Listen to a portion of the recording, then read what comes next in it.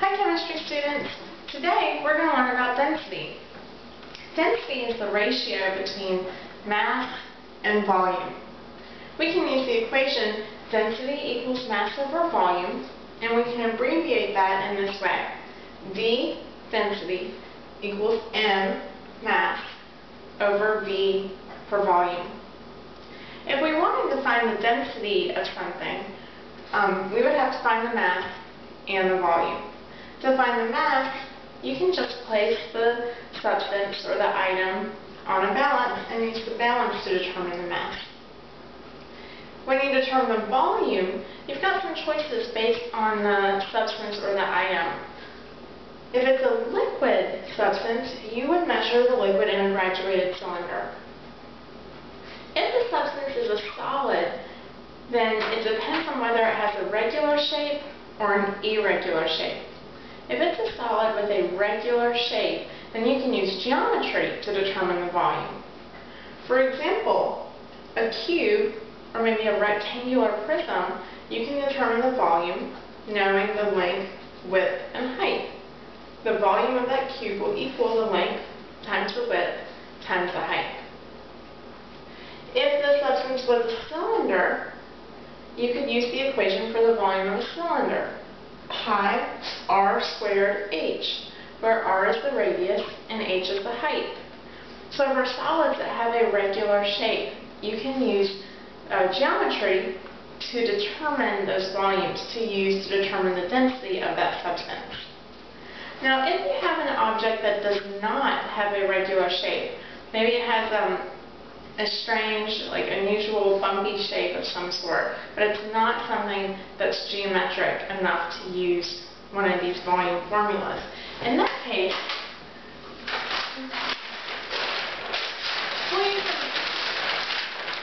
we'll use a method called water displacement. With water displacement, we'll put water in a graduated cylinder. For example, here we have a sketch that shows water, 30 milliliters of water in this graduated cylinder. Remember, we're always going to measure at the bottom of the meniscus. Now, if I wanted to know the volume of this item or this object, I'm going to drop that into the water in the graduated cylinder. This object has a volume, so when it is submerged into that water, we're going to see the volume of the object and the water represented in the cylinder. So after putting the object into the water in the cylinder, the water rises and now reads 50 milliliters. So the difference between the water alone and the water with the object is the volume of the object. So the water and the object had a volume of 50 milliliters. The water alone had a volume of 30 milliliters. That means the object must have a volume of 20 milliliters. Water displacement is a great way to determine the volume of anything that you could submerge in water in a graduated cylinder, but it's pretty much essential for any material that has an irregular shape and isn't a liquid that you can just measure with the graduated cylinder itself. Well, at this point, let's look at some examples.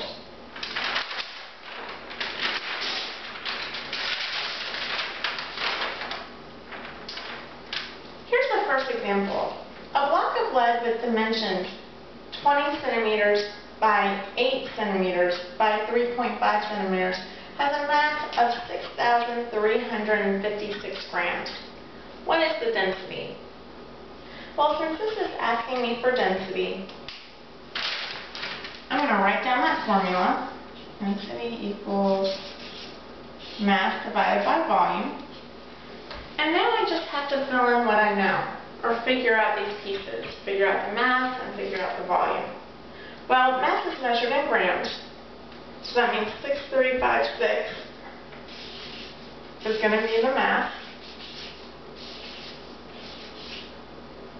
And I'm going to divide that by the volume.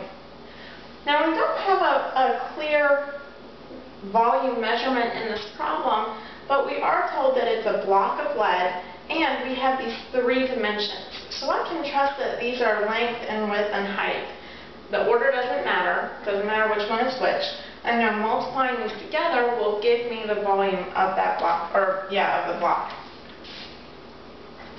So it's 20 centimeters times 8 centimeters times 3.5 centimeters. So I'll calculate this now. You should do it too. So grab your calculator with me. Let's calculate this.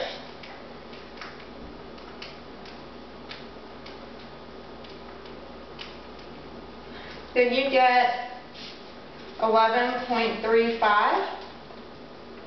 That's what I got. Now let's be careful and check significant figures. So 6356 has 4. 20 point has 2 significant figures.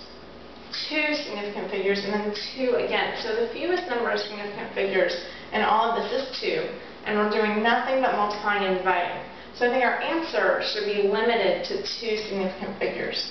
So I'm going to write this as just 11, so we only have 2 significant figures. And now I'm going to write a unit. The units come directly out of the equation or the calculation. So I'm going to pull out the units that have been printed and just rewrite them. So grams go on top, centimeter times centimeter times centimeter. That'll be centimeter cubed. So the density of this block of lead is 11 grams per centimeter cubed.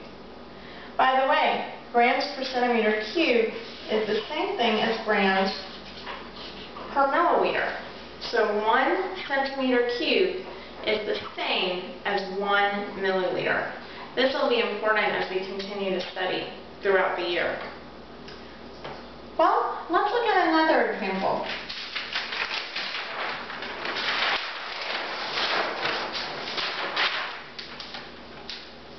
So here's example 2. What is the volume of 227 grams of olive oil if its density is 0.92 grams per milliliter? So in this case, we're asked to find the volume, and we're given the density. I'm still going to start with the density equation.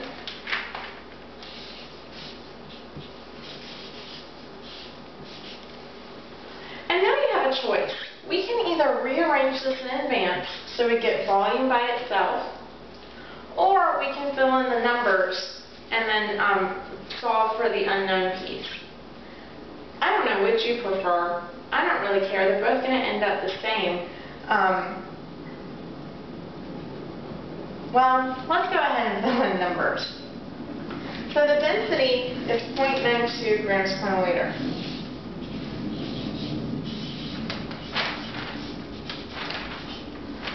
We know the mass is 227 grams. And we want to find the volume, so I'm just going to keep that as a V. So we want to solve for V. Please be careful with this. Be careful with this algebra. Many students will make mistakes here when they're solving for an unknown in the denominator. I would suggest cross multiplying. There's lots of ways to do this, but you can make this appear as a fraction over 1. You're not changing any of the value, and then cross multiply.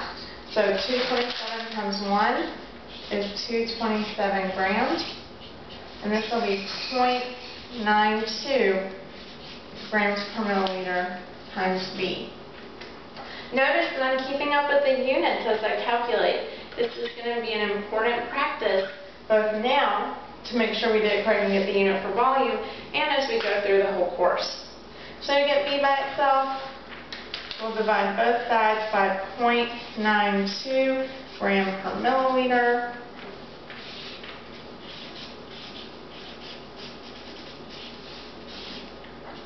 The 0.92's cancel out, and let's calculate. So again, do this with me. Make sure I don't make a mistake. So I got, let's go ahead and think about sig figs. 3 significant figures, 2 significant figures. I think our answer should have 2. So I'm going to say I got 247 I'm going to call this 250. And the units, notice that the grams cancel. We have grams on top, and we have grams in the denominator, we have it on top. Milliliters are on the denominator of a denominator, so they're going to end up being on top in the end. I hope that makes sense. So, the volume of 227 grams of olive oil, 250 milliliters based on this given density. I hope that you see that this is just kind of like algebra. We plug in what we know or what we're given, and we solve for the unknown quantity that we're trying to figure out. Let's do one more example.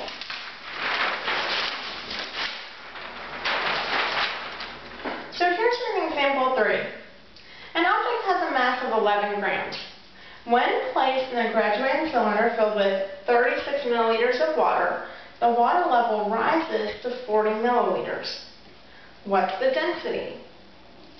So I don't know if you noticed this. Hopefully you did. We're talking about a graduated cylinder filled with water and the water level rises. What's this called?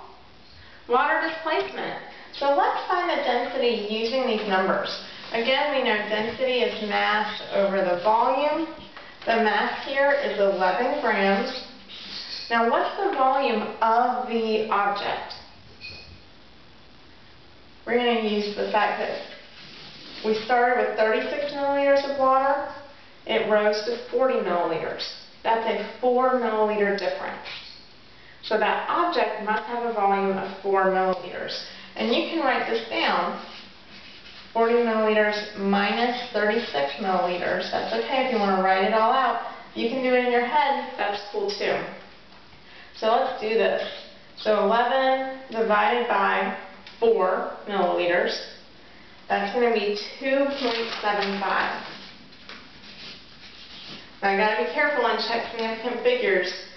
These are going to still come out to 2. We're subtracting. There's no digits after the decimal, so there won't be any other digits after the decimal there. 11 has 2. I'm going to go ahead and say 2.8 grams per milliliter.